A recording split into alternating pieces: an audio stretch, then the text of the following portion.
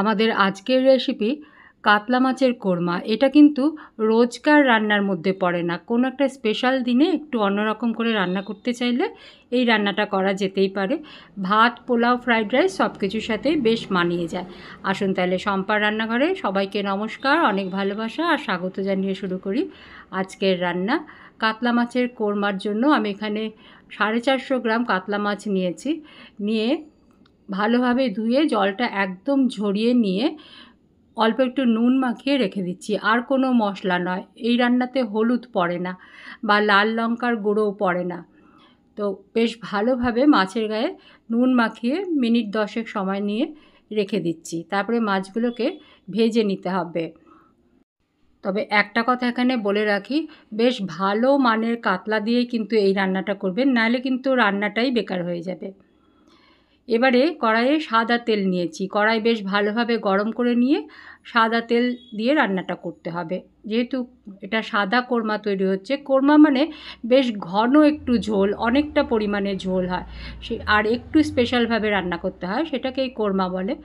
মাছগুলো দেখুন আমি কিন্তু বেশ কড়া করেই ভাজছি মাছটা, একেবারে ভীষণ কড়া নয়, মাঝামাঝি কড়া করে ভেজে নিচ্ছি, হলুদ নেই বলে এরকম লাগছে।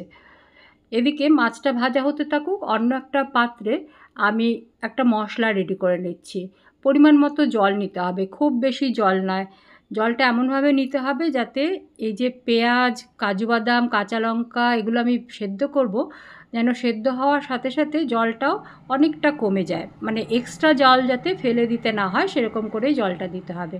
একটা মিডিয়াম সাইজের পেঁয়াজ মোটা মোটা করে কেটে নিয়েছি, আর স্বাদমতো কাঁচা লঙ্কা, 1 চা চামচ চারমগজ আর 7-8টা কাজু বাদাম ভালোভাবে সেদ্ধ করে নিতে হবে। ঢাকা দিয়ে সেদ্ধ করে নিচ্ছি।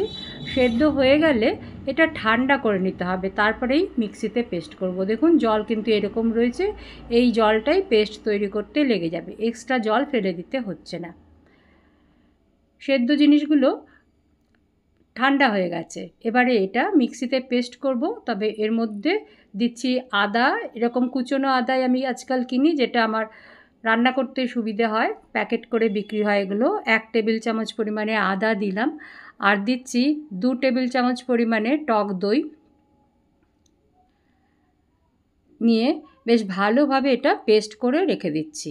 এর মধ্যে আরও কিছু মশলা এখনই আমি মিশিয়ে মশলাটা একদম রেডি করে রেখে দেবো। এর মধ্যে দিয়ে দিলাম 1/2 টিস্পুন জিরের গুঁড়ো, 1 টিস্পুন ধনের গুঁড়ো, ভালোভাবে মিশিয়ে নিচ্ছি। আর মিক্সির জার ধুয়ে অল্প একটু জলও দিয়ে দিলাম, তাতে মশলাটা ভালোভাবে গুলেও যাবে আর মিক্সিতে কোনো মশলা নষ্টও হবে না মিক্সির জারের মধ্যে। এদিকে দেখুন মাছগুলো ভাজা হয়ে গেছে। এই যে মাছের পেটিটা রয়েছে, পেটির যে সাইডগুলো রয়েছে সেগুলোও কিন্তু বেশ সুন্দর করে ভেজে নিতে হবে। মাছটা যেন কাঁচা কাঁচা না থাকে, ভালোভাবেই এটা ভাজতে হবে, তাহলেই টেস্ট আসবে। মাছগুলো সব ভাজা হয়ে গেছে, এবারে আমি দেখিয়ে দিচ্ছি, ঠিক এই রকম করে আমি ভেজে নিয়েছি।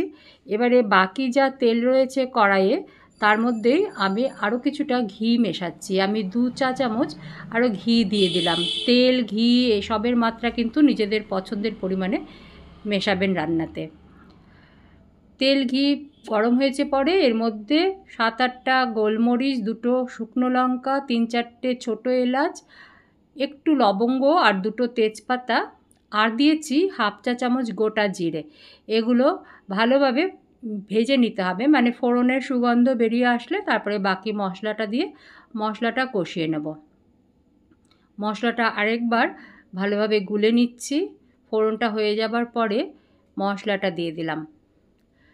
মশলার বাটি ধুয়ে অল্প একটু জলও দেবো, আর বেশ ভালোভাবে একেবারে তেল ছেড়ে আসা পর্যন্ত এটা কষিয়ে নিতে হবে মিডিয়াম আঁচে। ভালোভাবে যখন তেলটা ছাড়তে শুরু করবে তখন বাকি রান্নাটা করতে হবে। এর মধ্যে দিয়ে দিলাম অল্প একটু চিনি নিজের পছন্দের পরিমাণে, আর দিলাম স্বাদমতো নুন। টক দই রয়েছে, তাই ক্রমাগত নাড়তে নাড়তে মিডিয়াম আঁচে এটা কষিয়ে নিলাম। দেখুন বেশ ভালোভাবে তেল ছাড়তে শুরু করেছে, পরে এর মধ্যে 1 কাপ জল দিলাম। মাছগুলো সেদ্ধ হতে হবে, তবে খেয়াল রাখতে হবে যে কোনো কোরমাতেই কিন্তু ঝোল পাতলা হয় না, ঝোল কিন্তু বেশ একটু ঘনই হয়। এই ঝোল যখন ফুটতে শুরু করেছে তখন ভেজে রাখা মাছের টুকরোগুলো এর মধ্যে দিয়ে দিলাম। আর ঢাকা দেওয়ার দরকার নেই। মিডিয়াম আঁচে মাছগুলো একবার উল্টে দিয়ে ভালোভাবে সেদ্ধ করে নিতে হবে। আর ঝোলটাও যখন ঘন হয়ে আসবে তখন বুঝতে হবে যে মাছের কোরমা রেডি হয়ে গেছে। দেখুন ঝোলটা কিন্তু ঘন হয়েছে, তবে পুরোপুরি তেল কিন্তু ছাড়তে শুরু করেনি। দুটো কাঁচা লঙ্কা অল্প একটু চিড়ে রেখে দিয়ে দিলাম। দেখুন এবারে বেশ তেলটা ছাড়তে শুরু করেছে। আর একটু পরেই আমাদের রান্না কিন্তু কমপ্লিট হয়ে যাবে। এর মধ্যে আপনি চাইলে অল্প একটু গোলাপ জল বা কেওড়া জলও মেশাতে পারেন। কোরমাতে সামান্য মাত্রায় গোলাপ জল বা কেওড়া জল বা মিঠা আতর মেশানো হয়, আপনার পছন্দ থাকলে মেশাতে পারেন খুব সামান্য পরিমাণে। সবাইকে শুভ শারদীয়ার আগাম শুভেচ্ছা জানিয়ে আজকের ভিডিও শেষ করলাম। ভালো থাকুন সবাই, ধন্যবাদ।